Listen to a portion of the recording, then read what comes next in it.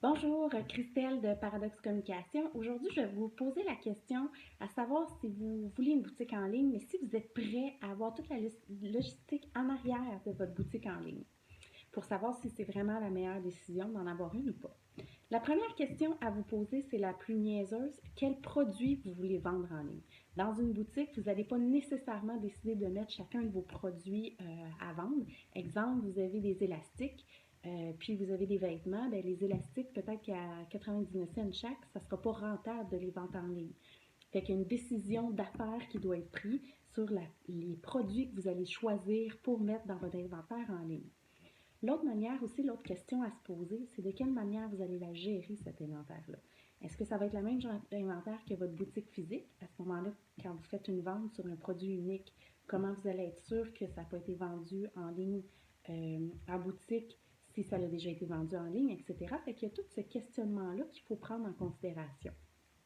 Si vous avez plusieurs succursales, par exemple, il y a beaucoup d'entreprises qui vont faire une boutique qui va s'appeler boutique en ligne, tout simplement. Ils vont donner un numéro ou peu importe.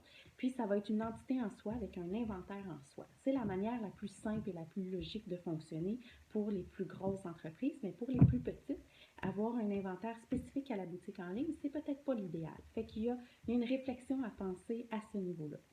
Autre élément aussi, est-ce que mes produits peuvent facilement être envoyés par la poste? Exemple, vous avez une lampe. Une lampe a une forme spécifique, doit être protégée. Fait qu'il y a un coût rattaché à tout ça. Exemple, la boîte en carton, vous avez un objet carré, vous allez la mettre dans une boîte en carton carré, on envoie ça, puis c'est pas compliqué, ça coûte 1$ la boîte de carton, exemple, plus les frais de shipping.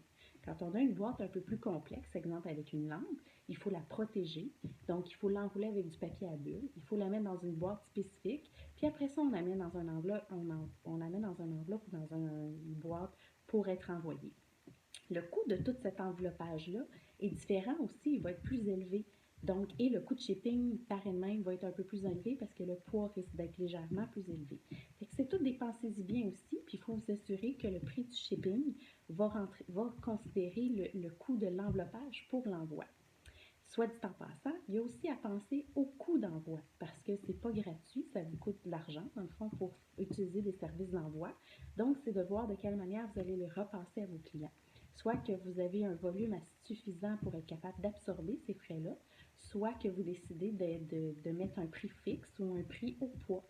Par contre, c'est important de noter que ces prix-là peuvent être aussi un frein pour l'acheteur en bout de ligne. Exemple, il achète un item à 15$, puis il y a 15$ de frais d'envoi. D'après moi, il y a des fortes chances qu'il décide d'annuler sa commande en cours de chemin. Fait qu'il y a cette idéation-là aussi à faire, de voir comment qu'on va vendre et comment qu'on va travailler au niveau du shipping. Il y a aussi ma prochaine question. Une fois qu'on a envoyé, une fois que la commande est passée, qu'est-ce qui se passe? Donc, il y a toute une logistique que vous devez prendre en considération avant de penser à vendre en ligne. C'est-à-dire, qui va recevoir les commandes? Est-ce que vous êtes assez alerte pour venir régulièrement récupérer vos courriels de commandes qui vont rentrer ou la gestion des commandes en ligne directement pour s'assurer que vous allez sortir le produit de votre inventaire, l'emballer et l'envoyer dans les délais normaux ou dans les délais que vous allez prévenir le client. Exemple, si vos délais c'est réception au bout d'une semaine, il faut vous assurer que la réception va être là au bout d'une semaine. Donc, ça aussi, c'est un pensez-y bien, puis c'est un traitement en arrière qui va généralement être humain. Donc, c'est pas une automatisation. Fait qu'il faut s'assurer d'avoir pensé à tous ces petits détails-là. Par le fait même, l'inverse est aussi vrai. S'il y a des retours, comment ça fonctionne?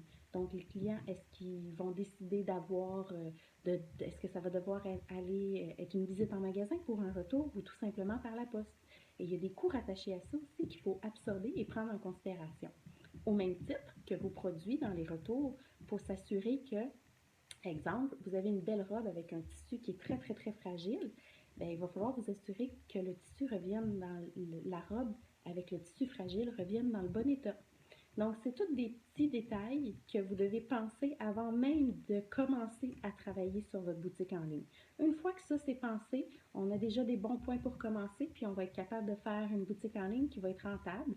Donc, prochaine capsule va sûrement parler de la boutique en ligne en tant que telle et bien évidemment de quoi faire pour vendre une fois que votre boutique est en ligne et que vos produits sont disponibles pour tous les utilisateurs. Merci!